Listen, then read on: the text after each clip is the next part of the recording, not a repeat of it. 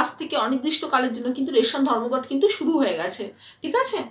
Ration যারা দেন, যারা বন্টন করেন, মানে রেশন ডিলারদের অনেক তাদের প্রবলেম আছে, অনেক অবজেকশন আছে, সেসব কারণেই তারা অনির্দিষ্টকালের জন্য তারা রেশন ধর্মঘট শুরু করে দিয়েছেন আজ থেকে। হ্যাঁ, তারা সেগুলো গভর্নমেন্টের কাছে তারা সেগুলো বলবেন, এবং তারা বলছেন যে গত মানে এই জুলাই মাস থেকেই তারা নাকি রেশন দোকান বা রেশন দোকানগুলো যে ধর্মঘট যে চলবে আর কি জানুয়ারি মাস থেকে, তারা আগেই নাকি জানিয়ে দিয়েছিলেন সংবাদ মাধ্যমে আর কি।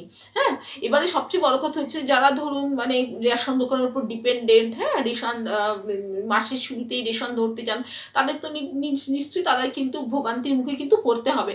কেন রেশন দোকানে তো রেশন যদি না দেয়, চাল এবং অন্যান্য যে সামগ্রীগুলো যারা পান, তাদের তো নিশ্চয়ই দুর্ভোগের সামনাসামনি তো হতে হবে। এবার আমাদের বসে থাকতে হবে কবে আবার এই ধর্মঘট ওঠে বা কি সমস্যা।